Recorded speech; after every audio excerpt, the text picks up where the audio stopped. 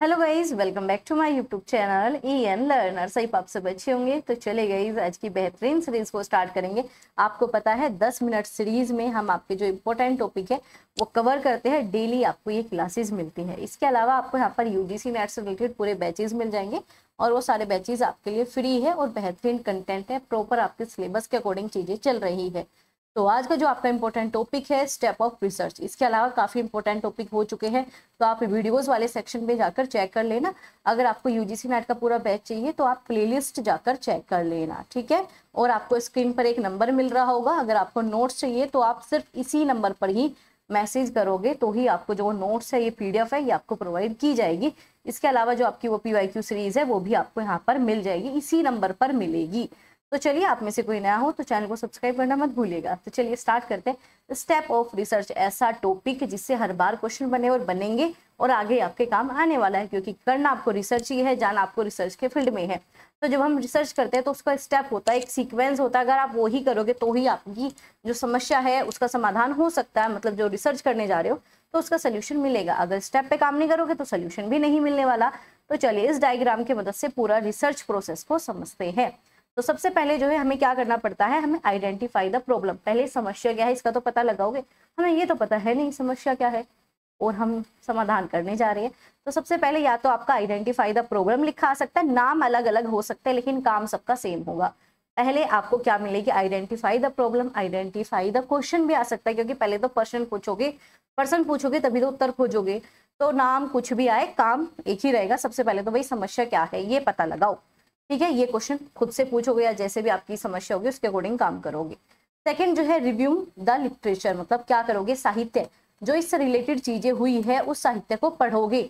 अब ऐसा तो है नहीं कि हवाबाजी में आप रिसर्च कर दोगे, है ना। टॉपिक है भाई, समस्या समाधान करने के लिए बहुत सारे सोर्सेज को ढूंढना पड़ता है जो इससे पहले रिसर्च हो चुके हैं।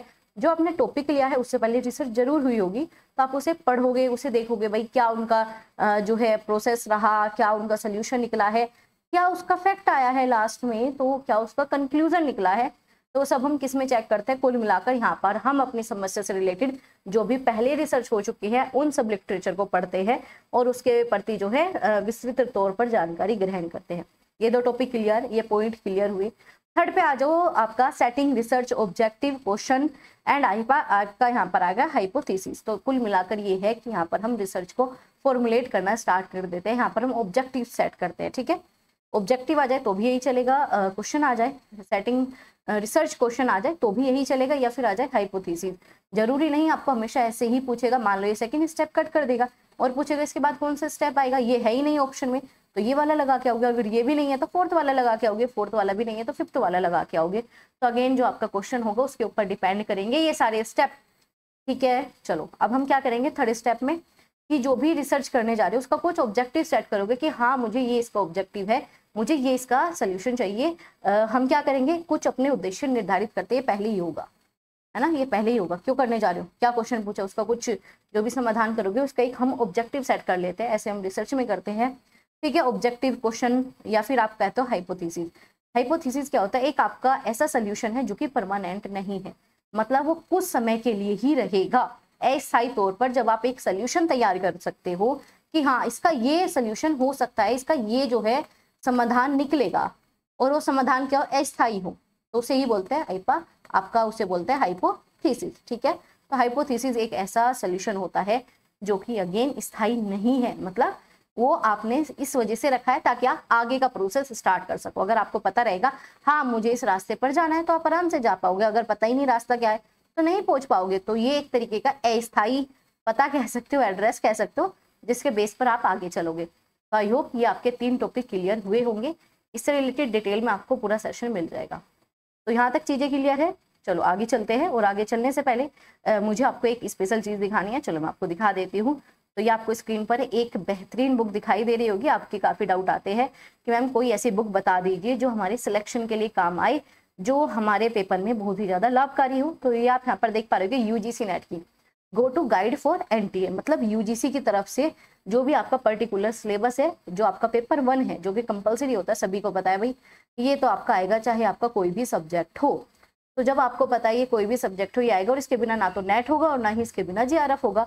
तो ये जो आपकी एक ऐसी बुक है, इसमें आपका पूरा कंटेंट दिया हुआ है, नए सिलेबस के अकॉर्डिंग, अपडेटेड सिलेबस के अकॉर्डिंग सारी चीजें हैं, और इसमें जो आपके प्रीवियस ईयर पेपर भी आपको इंक्लूड मिलेंगे। अगर हम बात करें ये वीडियो का जो आपका प्रमोशनशिप है, वो है आपको यहाँ पर दिशा पब्लिकेशन दिखाई भी दे रहा होगा। तो ये जो बुक है ना, ये आपको दिशा पब्लिकेशन की तरफ से मिल जाएगी। ठीक है, आप इसे कहीं पे भी जाके ऑनलाइन ढूंढोगे, ऑनलाइन मिल जाएगी, ऑफलाइन भी आप इसे परचेज कर सकते हो। तो इसमें 10 की 10 यूनिट आपकी दी हुई है। टोटल चैप्टर जो है आपके इसमें 49 चैप्टर इंक्लूड किए गए हैं 2025 से लेकर 2016, सारे पीवाईक्यू इसमें इंक्लूड है। प्लस 3000 से ज्यादा क्वेश्चन यहाँ पर आपके प्रैक्टिस के लिए दिए गए हैं। और इसमें एक आपकी स्पेशल चीज है, प्री एग्जाम रिवीजन मैप, मतलब जब आपका एग्जाम होगा उससे पहले एक रिवीजन के तौर पर जो है आपको यहाँ पर मैपिंग भी मिल जाएगी। मतलब आपका क्या हो जाएगा कि एग्जाम नहीं देने जा रहे, लेकिन हाँ एग्जाम जैसा जो है आपको यहाँ पर क्वेश्चनिंग मिल जाएगी, आपको प्रैक्टिस सेशन इसमें मिल जाते हैं। तो ये जो है इसका पूरा कंटेंट है, 10 की 10 यूनिट जो कि आपका ऑफिशियल सिलेबस है उसके अकॉर्डिंग ही इन्होंने डिवाइड की है। तो ये आपका जो प्रॉपर सिलेबस है, प्लस इसमें क्या है, लास्ट में आपको मिल जाएगा revision mind map and mixed concept previous year question, मतलब मिक्स मिलेंगे, जो भी आपके सिलेबस है टीचिंग एप्टीट्यूड का, इससे रिलेटेड जितने भी पीवाईक्यू आए हैं वो इसमें मिल जाएंगे। ऐसे आपका यहाँ पर रिसर्च एप्टीट्यूड है, कॉम्प्रिहेंसिव है। तो 10 के 10 यूनिट इन्होंने इसी प्रकार से आपकी डिवाइड की गई है। ठीक है, तो ये आपकी 10 की 10 यूनिट हो गई। तो इसमें क्या क्या मिलेगा, आपका पूरा कंटेंट मिल जाएगा। चलो मैं दिखाती हूँ किस प्रकार से इन्होंने चीजें डिवाइड की है। ठीक है, आप इसे स्कैन वगैरह करने का भी इन्होंने आपको मौका दे रखा है, आप इसे स्कैन करके भी चीजें देख सकते हो। तो चलो, ये आपके यहाँ पर एक्सपर्ट एडवाइस भी है जो कि आप सभी के लिए है, जो भी स्टूडेंट यूजीसी नेट के एग्जाम को देना जा रहे हैं। तो उनके लिए यूनिट 1, 2, 4, 8, 9, 10 ये जो यूनिट है, इन्हें जो है रिकॉल है ना, ये सारी चीजें कैसे आपको करना है, तो इन्होंने यूनिट वाइज आपके लिए चीजें डिवाइड की है कि ये यूनिट आपको कैसे पढ़नी है, यूनिट 3 कैसे पढ़नी है, यूनिट 5 और 6, 7 कैसे पढ़नी है, वो भी इन्होंने यहाँ पर जो है डिटेल में आपको एक्सप्लेन करके दिया है, ताकि जब आप इस बुक को पढ़ो, ताकि आप अपने एग्जाम की तैयारी करो, तो आपको पता रहे इस यूनिट को मुझे ऐसे पढ़ना है, इस यूनिट को मुझे ऐसे पढ़ना है। तो इन्होंने प्रॉपर जो है मेथड सारी चीजें आपको यहाँ पर डिवाइड करके दी हुई है। ठीक है, चलो आगे जो है इन्होंने यहाँ पर कुछ जो रिसेंटली टॉपिक पूछे गए हैं आपके यूजीसी नेट 2025 में, जनवरी 2025 में, या कह सकते हो दिसंबर 2024 में, जो भी आपके पेपर में क्वेश्चन आए हैं, तो यहाँ पर यूनिट्स के सामने वो टॉपिक लिखे हुए हैं, ताकि जब आप पढ़ाई करो तो इन पे फोकस ज्यादा कर लो, क्योंकि रिसेंटली पूछे गए हैं, यहाँ से क्वेश्चन बने हैं। तो जैसे कि आपका यहाँ पर लॉजिकल रीजनिंग से फैलेसी बार बार आता है, कोडिंग डिकोडिंग, ठीक है, हेतु, ये सारी चीजें आपके यहाँ पर पूछी गई है। इसके अलावा जैसे रिसर्च में टाइप्स ऑफ रिसर्च पूछा गया है, वैलिडिटी पूछी गई है। तो हर एक यूनिट का जो है यहाँ पर इंपॉर्टेंट टॉपिक इन्होंने इंक्लूड की है, जो कि पेपर में आए हैं। चलो आगे देखते हैं इसमें। तो अगेन इन्होंने अपना जो सिलेबस है वो पूरा पर्टिकुलर ऑफिशियल जो सिलेबस है वो ही इन्होंने इंक्लूड किया, और उसी के ऊपर जो है इस बुक को डिजाइन किया गया है। तो ये आपके यहाँ पर इसमें प्रैक्टिस सेशन भी मिल जाएंगे। तो ये क्वेश्चन है, आपको आंसर की जो है बहुत ही सटीक है, मिस्टेक इसमें बहुत कम देखने को मिलेगी। और ये जो है आपका डिटेल में इन्होंने कंटेंट भी दे रखा है, जैसे कि टीचिंग एप्टीट्यूड है, इंपॉर्टेंट यूनिट है, तो 9 इवेंट्स कितने ज्यादा पूछे जाते हैं तो ये दे रखा है। साथ में इसके जो प्रीवियस क्वेश्चन आए हैं वो भी इंक्लूड किए हैं उसी टॉपिक के नीचे। तो इससे क्या होगा कि आपको पता लग जाएगा इस टॉपिक से कैसे क्वेश्चन आते हैं। तो गैने हायरार्की कितनी ज्यादा पूछी जाती है, तो उससे रिलेटेड क्वेश्चन बना दिया इन्होंने। ठीक है, ब्लूम टैक्सोनॉमी ऐसा है ही नहीं भाई पेपर जिससे क्वेश्चन ना बनाओ, तो ये आपका दे रखा है। फिर इसे जो है डायग्राम की मदद से डिटेल में एक्सप्लेन भी किया हुआ है। तो ये आपके यहाँ पर टीचिंग एप्टीट्यूड इस प्रकार से इन्होंने पूरी बुक को डिजाइन किया है। तो आगे ये जो है आपकी बुक आपको ये मिल जाएगी कहाँ पर, दिशा पब्लिकेशन पे मिल जाएगी। ठीक है, तोशिबा मैम की ये बुक है। ठीक है, इसमें आपका कंटेंट भी होगा, प्रीवियस ईयर पेपर भी इंक्लूड किए हैं। तो अगर आपको ये चीजें अच्छी लग रही है तो आप इस बुक को जो है परचेज कर सकते हो। ठीक है, ये पेपर 1 के लिए जो है, और ये सभी स्टूडेंट खरीद सकते हैं। क्यों खरीद सकते हैं, क्योंकि पेपर 1 जो है आपका सामान्य होता है। चलो अब चलते हैं भाई आपके क्वेश्चन पे, आपके टॉपिक पर। चलो, तो ये 3 आपके हेडिंग कंप्लीट हो गई होगी। चलो आगे हम बात करेंगे चूजिंग द स्टडी डिजाइन। अब हम क्या करेंगे, किस मेथड से हम रिसर्च करने वाले। अब ये भी तो डिसाइड करना पड़ेगा हम कौन सा मेथड अपनाएंगे, क्योंकि आपके टाइप्स ऑफ रिसर्च भी पूछा जाता है। तो टाइप्स ऑफ रिसर्च आपका 5 बजे वाली क्लास में चल ही रहा है। तो उसमें क्या है भाई, हम ये देखते हैं कौन कौन सी टाइप्स होती है रिसर्च की। फिर उसी के अकॉर्डिंग जो भी आपका टॉपिक होगा, जो भी आपका क्वेश्चन है या जो भी आपकी प्रॉब्लम है, उसी का बेस पर जो है आप अपना डिजाइन चूज करते हो कि अच्छा मुझे इस तरीके की रिसर्च करनी है, मुझे ये मेथड अपनाना है, मुझे ये मेथडोलॉजी अपनानी है। तो वो सब किस में चूज करोगे, वो चूज करोगे आप 4th स्टेप में। तो 4th स्टेप को लिखा आ सकता है रिसर्च मेथडोलॉजी, या चूजिंग द रिसर्च डिजाइन या चूजिंग द रिसर्च मेथड, तो नाम कुछ भी आ जाए काम एक ही रहेगा। आगे है आपके deciding on the sample design. अब सैंपल भी होता है, अब आपको मैम सैंपल क्या होता है। अब हम पूरी भारत की जनसंख्या या पूरे पर्टिकुलर पॉपुलेशन पे रिसर्च नहीं कर सकते, तो हम एक छोटा सा सैंपल सेट कर लेते हैं कि अगर हम इस पे जो रिसर्च करेंगे इसका जो भी परिणाम आएगा वो पूरी जनसंख्या के ऊपर आने वाला है। सैंपल आपको अलग से मैं एक 10 मिनट की सीरीज लेके आऊंगी, उसमें पढ़ा दूंगी। तो क्या है, सैंपल हम डिसाइड करेंगे, सैंपल डिसाइड कर लेंगे, फिर क्या करेंगे, डाटा को कलेक्ट करेंगे, कैसे हम डाटा को कलेक्ट कर सकते हैं।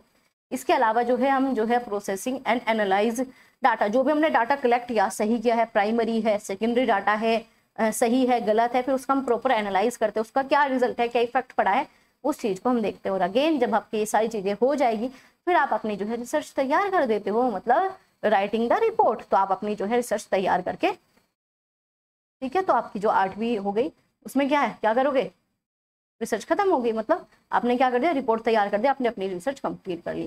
तो ये 8 स्टेप अलग अलग नामों से पूछे जाएंगे, लेकिन हाँ ये आपके पेपर में आएंगे, आते हैं और आते रहेंगे, क्योंकि भाई ये रिसर्च का ही मेन पार्ट। अगर रिसर्च का स्टेप ही नहीं पता होगा कैसे चलोगे।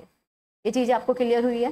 तो ये आपका 10 मिनट की सीरीज थी जो कि आपको समझ में आई होगी, बहुत ही इंपॉर्टेंट टॉपिक था और ये आपको पता भी होना चाहिए। अब आप कहोगे मैम इससे डिटेल, ये जो आपने इसका डिटेल सेशन लिया था वो कहाँ मिलेगा, तो आपको आना चैनल पर, ठीक है। आपने से अभी तक जिस भी स्टूडेंट ने इसे सब्सक्राइब नहीं किया तो वो सब्सक्राइब कर लेना, ज्वाइन कर लेना चैनल को फटाफट। और जो है ये प्लेलिस्ट में आइएगा, ये आपको यहाँ पर जो है इसे ज्वाइन कर लेना है, इस प्लेलिस्ट में सारी क्लासेस आपको मिल जाएगी।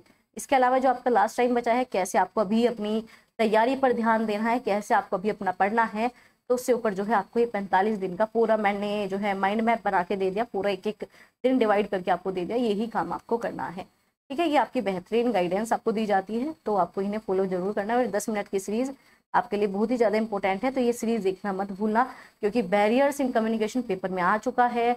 नॉर्म सीक्वेंसेस और क्राइटेरिया डिफरेंसेस टेस्ट ऐसा पेपर बना ही नहीं है जिसमें ये ना पूछा गया हो, तो ये आएगा।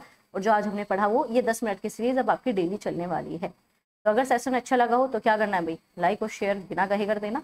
और अगेन आपने अगर टेलीग्राम व्हाट्सएप चैनल ज्वाइन नहीं किया तो आज मैंने आपको टेस्ट प्रोवाइड किया, काफ़ी अच्छे टेस्ट थे, अगर आपने वो टेस्ट नहीं दिए जाकर देखिए वो भाई जल्दी से, ठीक है। टेस्ट के लिए जो है आप टेलीग्राम ये सब चीज़ें ज्वाइन कर लेना। चलो जी, मिलेंगे आपसे अगली सीरीज में। ध्यान रखेगा आप सभी अपना। और क्लास की टाइमिंग यहाँ पर डेली क्लासेस होते हैं यूजीसी नेट की, मैं आपको टाइमिंग और दिखा दूँ क्योंकि डाउट आते हैं मैम टाइम बता दीजिए। चलो टाइम बताते हैं आपको। तो ये जो है आपको रिसर्च जो कि आपकी 5 बजे चल रही है, और ये आपके हायर एजुकेशन जो कि 7 बजे चल रही है। और जल्दी आपकी PYQ सीरीज आपको नंबर व्हाट्सएप का दिख ही रहा होगा, ये जो आपको स्क्रीन पर नंबर दिख रहा है इस पर जाकर जो है आप मैसेज कर देना। चलिए।